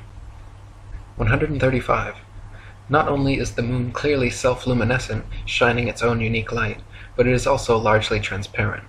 When the waxing or waning moon is visible during the day, it is possible to see the blue sky right through the moon. And on a clear night, during a waxing or waning cycle, it is even possible to occasionally see stars and planets directly through the surface of the moon. The Royal Astronomical Society has on record many such occurrences throughout history which all defy the heliocentric model. 136. Many people think that modern astronomy's ability to accurately predict lunar and solar eclipses is a result and proof positive of the heliocentric theory of the universe. The fact of the matter, however, is that eclipses have been accurately predicted by cultures worldwide for thousands of years before the heliocentric ball Earth was even a glimmer in Copernicus's imagination. Ptolemy, in the 1st century AD, accurately predicted eclipses for 600 years on the basis of a flat stationary Earth with equal precision as anyone living today. All the way back in 600 BC, Thales accurately predicted an eclipse which ended the war between the Medes and the Lydians. Eclipses happen regularly with precision in 18-year cycles, so regardless of geocentric or heliocentric, flat or globe Earth cosmologies, eclipses can be accurately calculated independent of such factors. 137. Another assumption and supposed proof of the Earth's shape, heliocentrists claim that lunar eclipses are caused by the shadow of the ball Earth occulting the moon. They claim the Sun, Earth, and Moon spheres perfectly align like 3 billiard balls in a row so that the Sun's light casts the Earth's shadow onto the Moon. Unfortunately for heliocentrists, this explanation is rendered completely invalid due to the fact that lunar eclipses have happened and continue to happen regularly when both the Sun and Moon are still visible together above the horizon. For the Sun's light to be casting Earth's shadow onto the Moon, the three bodies must be aligned in a straight 180-degree syzygy, but as early as the time of Pliny, there are records of lunar eclipses happening while both the Sun and Moon are visible in the sky. Therefore, the eclipser of the Moon cannot be the Earth or Earth's shadow, and some other explanation must be sought. 138. Another favorite proof of ball earthers is the appearance from an observer on shore of ships' hulls being obfuscated by the water and disappearing from view when sailing away towards the horizon. Their claim is that ships' hulls disappear before their mastheads because the ship is beginning its declination around the convex curvature of the ball earth. Once again, however, their hasty conclusion is drawn from a faulty premise, namely that only on a ball earth could this phenomenon occur. The fact of the matter is that the law of perspective on plane surfaces dictates and necessitates the exact same occurrence. For example, a girl wearing a dress walking away towards the horizon will appear to sink into the earth the farther away she walks. Her feet will disappear from view first, and the distance between the ground and the bottom of her dress will gradually diminish until, after a half a mile, it seems like her dress is touching the ground as she walks on invisible legs. Such is the case on plane surfaces. The lowest parts of objects receding from a given point of observation necessarily disappear before the highest. 139. Not only is the disappearance of ships' hulls explained by the law of perspective on flat surfaces, it is proven undeniably true with the aid of a good telescope. If you watch a ship sailing away into the horizon with the naked eye until its hull has completely disappeared from view under the supposed curvature of the earth, then look through a telescope, you will notice the entire ship quickly zooms back into view, hull and all, proving that the disappearance was caused by the law of perspective, not by a wall of curved water. This also proves that the horizon is simply the vanishing line of perspective from your point of view, not the alleged curvature of the earth. 140. Foucault's pendulums are often quoted as proof of a rotating earth, but upon closer investigation prove the opposite. To begin with, Foucault's pendulums do not uniformly swing in any one direction. Sometimes they rotate clockwise and sometimes counterclockwise. Sometimes they fail to rotate, and sometimes they rotate far too much. The behavior of the pendulum actually depends on 1. The initial force beginning its swing, and 2. The ball and socket joint, which most readily facilitates circular motion over any other.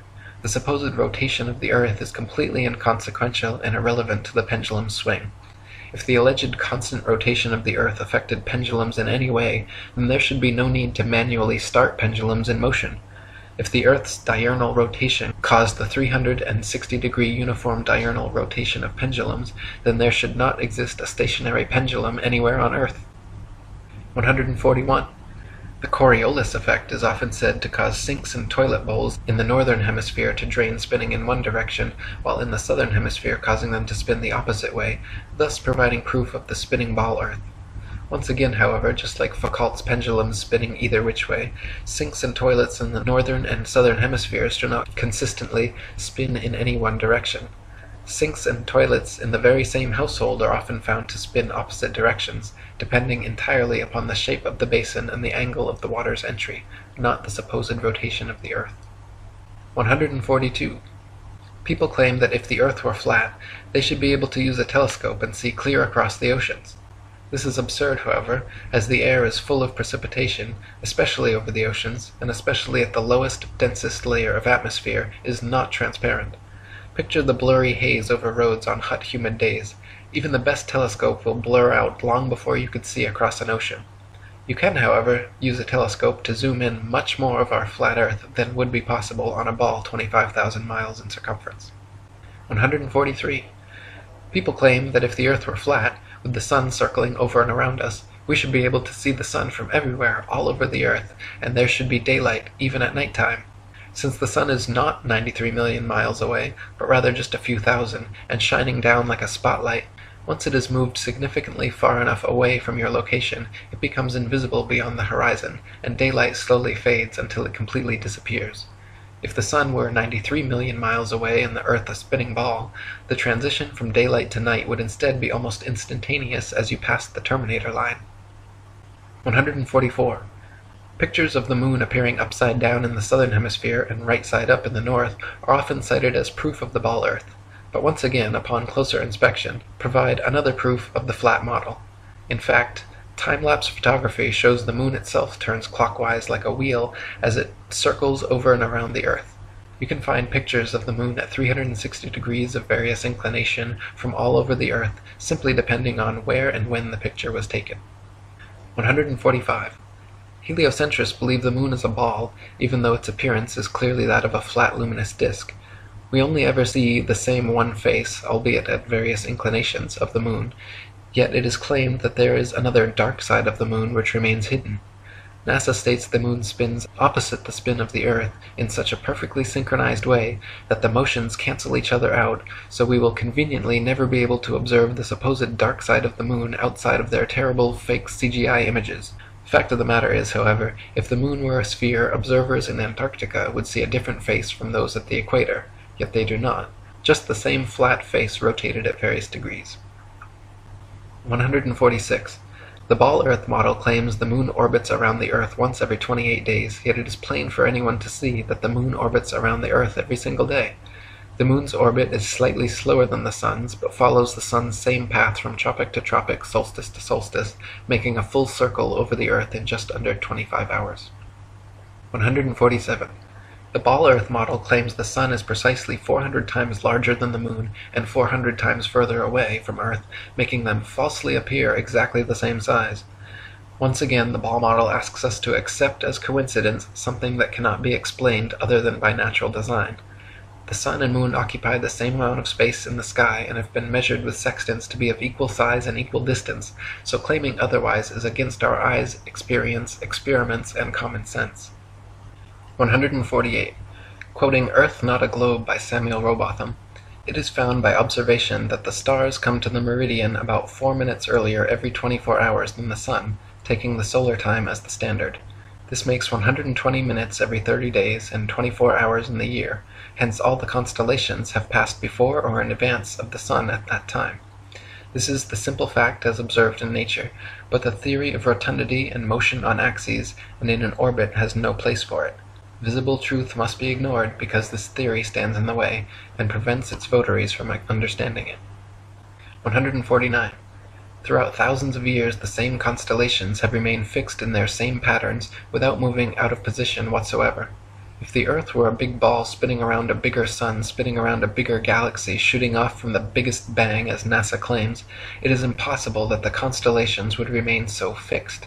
Based on their model, we should, in fact, have an entirely different night sky every single night and never repeat exactly the same star pattern twice. 150. If Earth were a spinning ball, it would be impossible to photograph star trail time-lapses turning perfect circles around Polaris anywhere but the North Pole. At all other vantage points, the stars would be seen to travel more or less horizontally across the observer's horizon due to the alleged 1,000-mile-per-hour motion beneath their feet. In reality, however, Polaris's surrounding stars can always be photographed turning perfect circles around the central star all the way down to the Tropic of Capricorn. 151. If Earth were a spinning ball revolving around the Sun, it would actually be impossible for star trail photos to show perfect circles even at the North Pole. Since the Earth is also allegedly moving 67,000 miles per hour around the Sun moving 500,000 miles per hour around the Milky Way, and the entire galaxy going 67 million miles per hour, these four contradictory motions would make star trail time-lapses all show irregular curved lines. 152. In 2003, 3 university geography professors collaborated in an experiment to prove that the state of Kansas is indeed actually flatter than a pancake. Using topographical geodetic surveys covering over 80,000 square miles, it was determined that Kansas has a flatness ratio of 0.9997 over the entire state, while the average pancake, precisely measured using a confocal laser microscope, comes in at 0.957, making Kansas thereby literally flatter than a pancake. 153. Quoting Reverend Thomas Milner's Atlas of Physical Geography, we find that vast areas exhibit a perfectly dead level, scarcely a rise existing through 1,500 miles from the Carpathians to the Urals. South of the Baltic, the country is so flat that a prevailing north wind will drive the waters of the Stettiner Half into the mouth of the Oder, and give the river a backwards flow 30 or 40 miles. The plains of Venezuela and New Granada in South America, chiefly on the left of the Orinoco, are termed llanos, or level fields. Often, in the space of 270 square miles, the surface does not vary a single foot. The Amazon only falls 12 feet in the last 700 miles of its course. The La Plata has only a descent of 1/33rd of an inch per mile. 154. The Felix Baumgartner Red Bull dive outside camera shows the same amount of curvature of Earth from surface level to jump height, proving it to be a deceiving fish-eyed wide-angle lens, while the inside regular camera shows a perfectly flat horizon eye level at 128,000 feet, which is only consistent with a flat plane. 155. Some people claim to have seen the curvature of the Earth out their airplane windows. The glass used in all commercial airplanes, however, is curved to remain flush with the fuselage. This creates a slight effect mixed with the confirmation bias people mistake for being the alleged curvature of the Earth. In actuality, the fact that you see the horizon at eye level at 35,000 feet out both port and starboard windows proves the Earth is flat. If the Earth were a ball, no matter how big, the horizon would stay exactly where it was, and you would have to look down further and further to see the horizon at all. Looking straight out the window at 35,000 feet, you should see nothing but outer space from the port and starboard windows, as the Earth and horizon are supposed to be below you. If they are visible at eye level outside both windows, it's because the Earth is flat. 156. People also claim to see curvature in GoPro or other high-altitude camera footage of the horizon. While it is true that the horizon often appears convex in such footage, it just as often appears concave or flat depending on the tilt and movement of the camera. The effect is simply a distortion due to wide-angle lenses. In lens-corrected and footage taken without wide-angle technology, all amateur high-altitude horizon shots appear perfectly flat. 157. If gravity magically dragged the atmosphere along with the spinning ball Earth, that would mean the atmosphere near the equator would be spinning at over 1,000 miles per hour. The atmosphere over the mid-latitudes would be spinning around 500 miles per hour, and gradually slower to the poles, where the atmosphere would be unaffected at 0 miles per hour. In reality, however, the atmosphere at every point on Earth is equally unaffected by this alleged force, as it has never been measured or calculated and proven non-existent by the ability of airplanes to fly unabated in any direction without experiencing any such atmospheric changes. 158. If gravity magically dragged the atmosphere along with the spinning ball Earth, that would mean the higher the altitude, the faster the spinning atmosphere would have to be turning around the center of rotation. In reality, however, if this were happening, then rain and fireworks would behave entirely differently as they fell down through progressively slower and slower spinning atmosphere. Hot air balloons would also be forced steadily faster eastwards as they ascended through the ever-increasing atmospheric speeds. 159.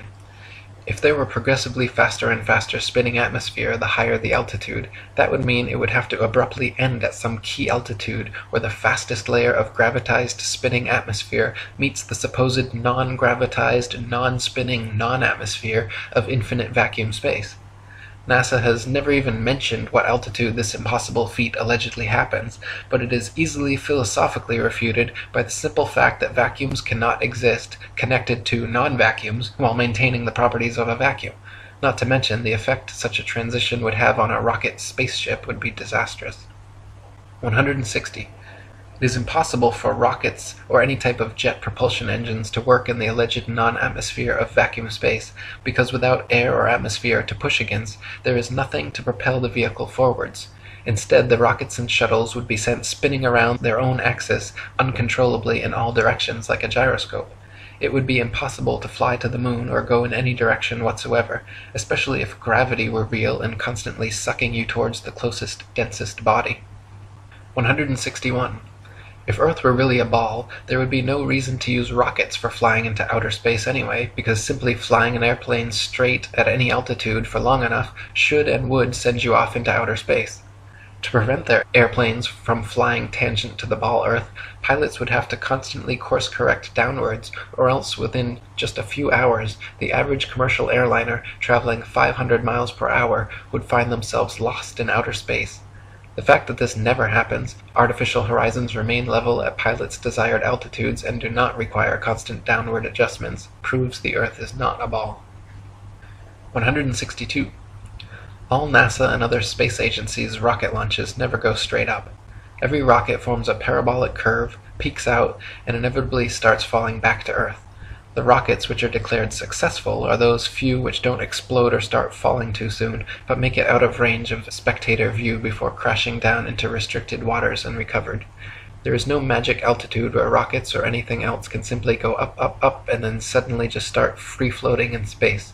This is all a science fiction illusion created by wires, green screens, dark pools, some permed hair, and zero-G planes. 163. NASA and other space agencies have been caught time and again with air bubbles forming and floating off in their official outer space footage. Astronauts have also been caught using scuba space gear, kicking their legs to move, and astronaut Luca Parmitano even almost drowned when water started filling up his helmet while allegedly on a spacewalk.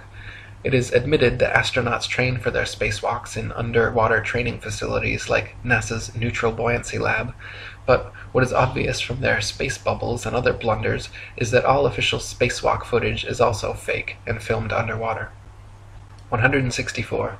Analysis of many interior videos from the International Space Station have shown the use of camera tricks such as green screens, harnesses, and even wildly permed hair to achieve a zero-gravity type effect. Footage of the astronauts seemingly floating in the zero gravity of their space station is indistinguishable from Vomit Comet zero-G airplane footage. By flying parabolic maneuvers, this zero-G floating effect can be achieved over and over again, then edited together. For longer uncut shots, NASA has been caught using simple wires and green screen technology. 165. NASA claims one can observe the International Space Station pass by overhead, proving its existence. Yet analysis of the ISS seen through zoom cameras proves it to be some type of hologram or drone, not a physical floating space base. As you can see in my documentary ISS Hoax, when zooming in and out, the ISS dramatically and impossibly changes shape and color, displaying a prismatic rainbow effect until coming into focus, much like an old television turning on and off. 166. The geostationary communications satellite was first created by Freemason science fiction writer Arthur C. Clarke and supposedly became science fact just a decade later. Before this, radio, television, and navigation systems like LORAN and Decca were already well established and worked fine using only ground-based technologies. Nowadays, huge fiber-optic cables connect the internet across oceans, gigantic cell towers triangulate GPS signals, and ionospheric propagation allows radio waves to be bounced all without the aid of the science fiction bestseller known as satellites. 167. Satellites are allegedly floating around in the thermosphere, where temperatures are claimed to be upwards of 4,530 degrees Fahrenheit. The metals used in satellites, however, such as aluminum, gold, and titanium, have melting points of 1,221, 1,948, and 3,034 degrees respectively, all far lower than they could possibly handle. 168. So-called satellite phones have been found to have reception problems in countries like Kazakhstan with very few cell phone towers. If the Earth were a ball with 20,000 plus satellites surrounding, such blackouts should not regularly occur in any rural countryside areas. 169.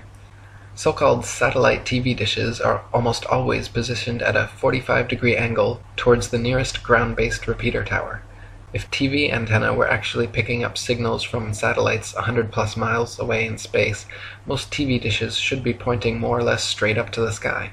The fact that satellite dishes are never pointing straight up, and almost always positioned at a 45-degree angle, proves they are picking up ground-based tower signals and not outer space satellites. 170. People even claim to see satellites with their naked eyes, but this is ridiculous considering they are smaller than a bus and allegedly 100 plus miles away. It is impossible to see anything so small that far away. Even using telescopes, No one claims to discern the shape of satellites, but rather describes seeing passing moving lights, which could easily be any number of things, from airplanes to drones to shooting stars or other unidentified flying objects. 171. NASA claims there are upwards of 20,000 satellites floating around Earth's upper atmosphere, sending us radio, television, GPS, and taking pictures of the planet. All these supposed satellite pictures, however, are admittedly composite images edited in Photoshop. They claim to receive ribbons of imagery from satellites, which must then be spliced together to create composite images of the Earth, all of which are clearly CGI and not photographs. If Earth were truly a ball, with 20,000 satellites orbiting, it would be a simple matter to mount a camera and take some real photographs. The fact that no real satellite photographs of the supposed ball Earth exist, in favor of NASA's ribbons of composite CG imagery, is further proof that we are not being told the truth. 172. If you pick any cloud in the sky and watch for several minutes, two things will happen. The clouds will move, and they will morph, gradually changing shape. In official NASA footage of the spinning ball Earth, such as the Galileo time-lapse video, however, clouds are constantly shown for 24+ hours at a time and not moving or morphing whatsoever. This is completely impossible, further proof that NASA produces fake CGI videos, and further evidence that Earth is not a spinning ball. 173. NASA has several alleged photographs of the ball Earth which show several exact duplicate cloud patterns. The likelihood of having 2 or 3 clouds of the exact same shape in the same picture is as likely as finding 2 or 3 people with the exact same fingerprints. In fact, it is a solid proof that the clouds were copied and pasted in a computer program, and that such pictures showing a ball-shaped Earth are fakes. 174. NASA graphics artists have placed things like faces, dragons, and even the word sex into cloud patterns over their various ball Earth pictures. Their recent 2015 Pluto pictures even clearly have a picture of Disney's Pluto the dog layered into the background. Such blatant fraud goes unnoticed by the hypnotized masses, but provides further proof of the illegitimacy of NASA and their spinning ball planet mythos. 175. Professional photo analysts have dissected several NASA images of the ball Earth and found undeniable proof of computer editing. For example, images of the Earth allegedly taken from the Moon have proven to be copied and pasted in, as evidenced by rectangular cuts found in the black background around the Earth by adjusting brightness and contrast levels.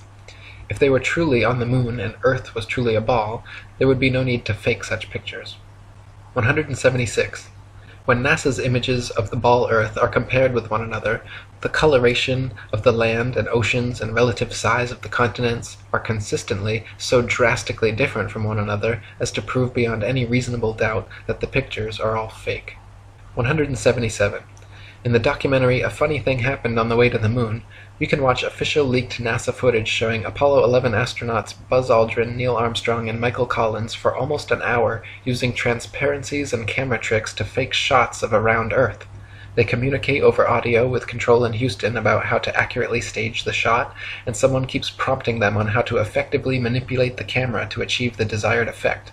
First they blacked out all the windows except for a downward-facing circular one, which they aimed the camera towards from several feet away. This created the illusion of a ball-shaped Earth surrounded by the blackness of space, when in fact it was simply a round window in their dark cabin. Neil Armstrong claimed at this point to be 130,000 miles from the Earth, halfway to the Moon. But when camera tricks were finished, the viewer could see for themselves the astronauts were not more than a couple dozen miles above the Earth's surface, likely flying in a high-altitude plane. 178. People claim Google Earth somehow proves the ball model without realizing that Google Earth is simply a composite program of images taken from high-altitude planes and street-level car cameras superimposed onto a CGI model of a ball Earth. The same could just as easily be molded onto a square Earth or any other shape, and therefore cannot be used as proof of Earth's rotundity. 179. If the Earth were constantly spinning eastward 1,000 miles per hour, then airplane flight durations going eastward versus westwards should be significantly different. If the average commercial airliner travels 500 miles per hour, it follows that westbound equatorial flights should reach their destination at approximately thrice the speed as their eastbound return flights. In reality, however, the differences in east and westbound flight durations usually amount to a matter of minutes, and nothing near what would occur on a 1,000-mile-per-hour spinning ball Earth. 180. The spinning ball model dictates that the Earth and atmosphere would be moving together at approximately 500 miles per hour at the mid-latitudes where LA to New York City flights take place. The average commercial airliner traveling 500 miles per hour takes 5.5 hours traveling east with the alleged rotation of the Earth, so the return flight west should take only 2.75 hours. But in fact, we find that the average New York to LA flight takes 6 hours, a flight time totally inconsistent with the spinning ball model. 181. Flights eastwards with the alleged spin of the ball Earth from Tokyo to LA take an average of 10.5 hours. Therefore, the return flights westwards against the alleged spin should take an average of 5.25 hours, but in actual fact take an average of 11.5 hours, another flight time totally inconsistent with the spinning ball model. 182. Flights eastward with the alleged spin of the ball Earth from New York to London take an average of 7 hours. Therefore, the return flights westwards against the alleged spin should take an average of 3.5 hours, but in actual fact take an average of 7.5 hours, a flight time totally inconsistent with the spinning ball model. 183. Flights eastward from Chicago to Boston with the alleged spin of the ball Earth take an average of 2.25 hours. Therefore, the return flights westwards against the alleged spin should take an average of just over an hour, but in actual fact take an average of 2.75 hours. Once again, completely inconsistent with the spinning ball model. 184. Flights eastward from Paris to Rome with the alleged spin of the ball Earth take an average of 2 hours. Therefore, the return flights westward against the alleged spin should take an average of 1 hour, but in actual fact have an average flight duration of 2 hours and 10 minutes, a flight time totally inconsistent with the spinning ball model. 185. We are told that the Earth and atmosphere spin together at such a perfect uniform velocity that no one in history has ever seen, heard, felt, or measured the supposed 1,000 mile per hour movement. This is then often compared to traveling in a car at uniform velocity, where we only feel the movement during acceleration or deceleration. In reality, however, even with eyes closed, windows up, over smooth tar in a luxury car at a mere uniform 50 miles per hour, the movement absolutely can be felt. At 20 times this speed, Earth's imaginary 1,000 mile per hour spin would most certainly be noticeable, felt, seen, and heard by all. 186. People sensitive to motion sickness feel distinct unease and physical discomfort from motion as slight as an elevator or train ride. This means that the 1,000 mile per hour alleged uniform spin of the Earth has no effect on such people, but add an extra 50 miles per hour uniform velocity of a car and their stomach starts turning knots. The idea that motion sickness is nowhere apparent in anyone at 1,000 miles per hour, but suddenly comes about at 1,050 miles per hour, is ridiculous and proves the Earth is not in motion whatsoever. 187. The second law of thermodynamics, otherwise known as the law of entropy, along with the fundamental principles of friction and resistance, determine the impossibility of Earth being a uniformly spinning ball. Over time, the spinning ball Earth would experience measurable amounts of drag, constantly slowing the spin and lengthening the amount of hours per day. As not the slightest such change has ever been observed in all of recorded history, it is absurd to assume the Earth has ever moved an inch. 188. Over the years, NASA has twice changed their story regarding the shape of the Earth. At first they maintained Earth was a perfect sphere, which later changed to an oblate spheroid flattened at the poles, and then changed again to being pear-shaped, as the southern hemisphere allegedly bulges out as well. Unfortunately for NASA, however, none of their official pictures show an oblate spheroid or pear-shaped Earth. All their pictures, contrary to their words, show a spherical, and clearly CGI fake, Earth. 189. The Bible, Quran, Srimad Bhagavatam, and many other holy books describe and purport the existence of a geocentric stationary flat Earth. For example, 1 Chronicles 16:30 and Psalm 96:10 both read, "He has fixed the earth firm, immovable." And Psalm 93:1 says, "The world also is established, that it cannot be moved." The Bible also repeatedly affirms that the earth is outstretched as a plane, with the outstretched heavens everywhere above, not all around, giving a scriptural proof the earth is not a spinning ball. 190. Cultures the world over throughout history have all described and purported the existence of a geocentric stationary flat earth. Egyptians, Indians, Mayans, Chinese, Native Americans, and literally every ancient civilization on earth had a geocentric flat earth cosmology. Before Pythagoras, the idea of a spinning ball Earth was non-existent, and even after Pythagoras it remained an obscure minority view until 2,000 years later when Copernicus began reviving the heliocentric theory. 191. From Pythagoras to Copernicus, Galileo and Newton, to modern astronauts like Aldrin Armstrong and Collins, to Director of NASA and Grand Commander of the 33rd Degree, C. Fred Kleineknecht, the founding fathers of the spinning ball mythos have all been Freemasons. The fact that so many members of this, the largest and oldest secret society in existence, have all been co-conspirators bringing about this literal planetary revolution is beyond the possibility of coincidence and provides proof of organized collusion in creating and maintaining this multi-generational deception. 192. Quoting Terra Firma by David Wardlaw Scott, the system of the universe as taught by modern astronomers being founded entirely on theory, for the truth of which they are unable to advance one single real proof, they have entrenched themselves in a conspiracy of silence, and decline to answer any objections which may be made to their hypothesis. Copernicus himself, who revived the theory of the heathen philosopher Pythagoras and his great exponent Sir Isaac Newton, confessed that their system of a revolving earth was only a possibility and could not be proved by facts. It is only their followers who have decorated it with the name of an exact science, yea, according to them, the most exact of all the sciences. Yet one astronomer royal for England once said, speaking of the motion of the whole solar system, "The matter is left in a most delightful state of uncertainty, and I shall be very glad if anyone can help me out of it." What a very sad position for an exact science to be in is this. 193. No child or unindoctrinated man in their right mind would ever conclude or even conceive, given to their own devices, based on their own personal observations, that the earth was a spinning ball revolving around the sun. Such imaginative theories, nowhere present in anyone's daily experience, require and have required massive amounts of constant propaganda to uphold the illusion. 194. From David Wardlaw Scott. I remember being taught when a boy that the earth was a great ball revolving at a very rapid rate around the sun, and when I expressed to my teacher my fears that the waters of the oceans would tumble off, I was told that they were prevented from doing so by Newton's great law of gravitation, which kept everything in its proper place. I presume that my countenance must have shown some signs of incredulity, for my teacher immediately added, "I can show you a direct proof of this. A man can whirl around his head a pail filled with water without it being spilt, and so, in like manner, can the oceans be carried round the sun without losing a drop."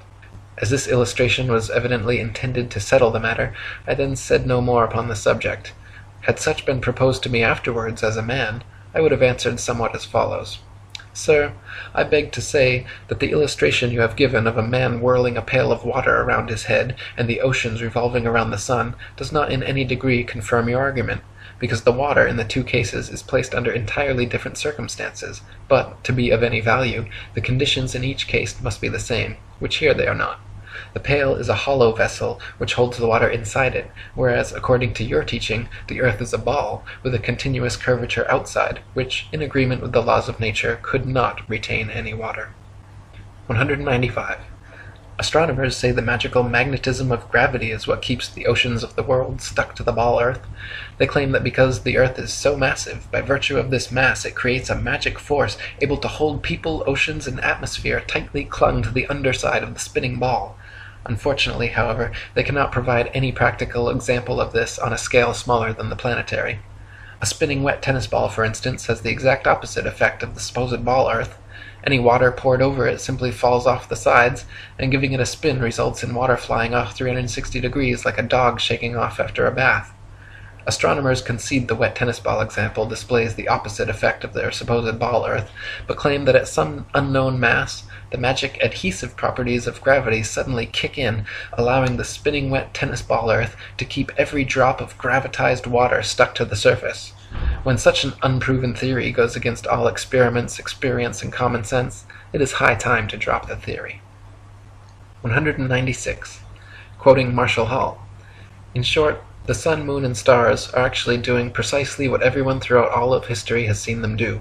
We do not believe what our eyes tell us because we've been taught a counterfeit system which demands that we believe what has never been confirmed by observation or experiment.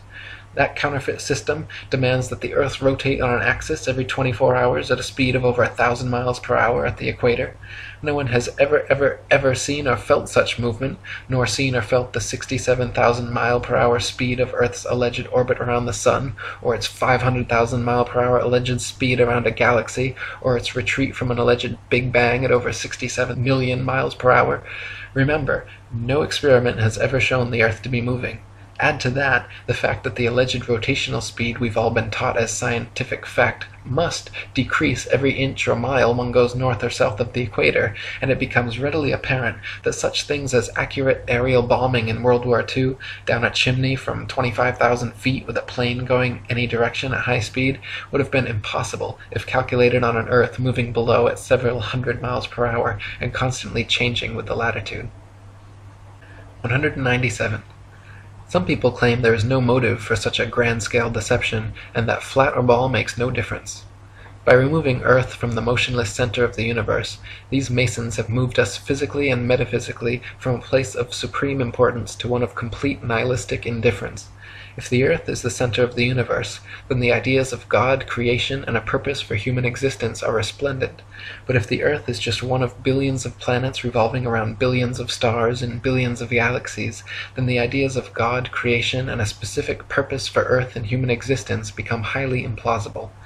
By surreptitiously indoctrinating us into their scientific materialist sun worship, not only do we lose faith in anything beyond the material, we gain absolute faith in materiality, superficiality, status, selfishness, hedonism, and consumerism.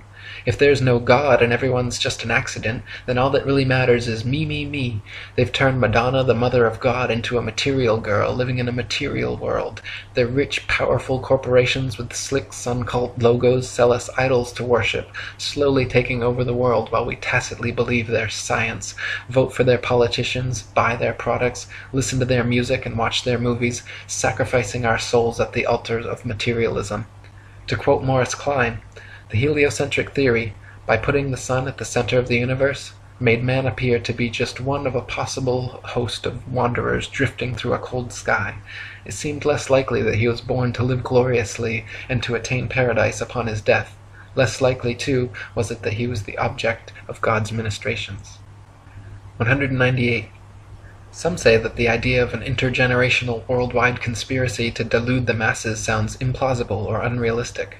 But these people need only familiarize themselves with the works and writings of Freemasons themselves, for example John Robison, who exposed this in his 1798 book, Proofs of a Conspiracy Against All the Religions and Governments of Europe, carried out in the secret meetings of the Freemasons, Illuminati, and reading societies.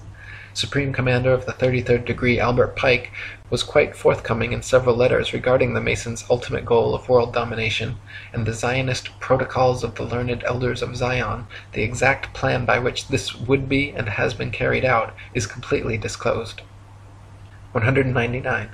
From Foundations of Many Generations by E. Eschini. The only thing the fable of the revolving earth has done, it has shown the terrible power of a lie. A lie has the power to make a man a mental slave, so that he dares not back the evidence of his own senses. To deny the plain and obvious movement of the sun he sees before him, when he feels himself standing on an earth utterly devoid of motion, at the suggestion of someone else, he's prepared to accept that he's spinning furiously around. When he sees a bird flying and gaining over the ground, he's prepared to believe that the ground is really traveling a great number of times faster than the bird. Finally, in order to uphold the imagination of a madman, he is prepared to accuse his maker of forming for him a sensiferous lie. 200. Finally, from Dr. Robotham. Thus we see that this Newtonian philosophy is devoid of consistency. Its details are the result of an entire violation of the laws of legitimate reasoning, and all its premises are assumed. It is, in fact, nothing more than an assumption upon assumption, and the conclusions derived therefrom willfully considered as things proved, and to be employed as truths to substantiate the first and fundamental assumptions. Such a juggle and jumble of fancies and falsehoods, extended and intensified as in theoretical astronomy, is calculated to make the unprejudiced inquirer revolt with horror from the terrible conjuration which has been practised upon him, to sternly resolve to resist its further progress, to endeavour to overthrow the entire edifice, and to bury in its ruins the false honours which have been associated with its fabricators, and which still attach to its devotees. For the learning, the patience, the perseverance, and devotion for which they have ever been examples, honour and applause need not be withheld, but their false reasoning, the advantages they have taken of the general ignorance of mankind in respect to astronomical subjects, and the unfounded theories they have advanced and defended, cannot be otherwise than regretted, and ought to be by every means possible uprooted. For more information about our flat Earth, read The Flat Earth Conspiracy by Eric Dubay, and visit atlanteanconspiracy.com and ifers.boards.net.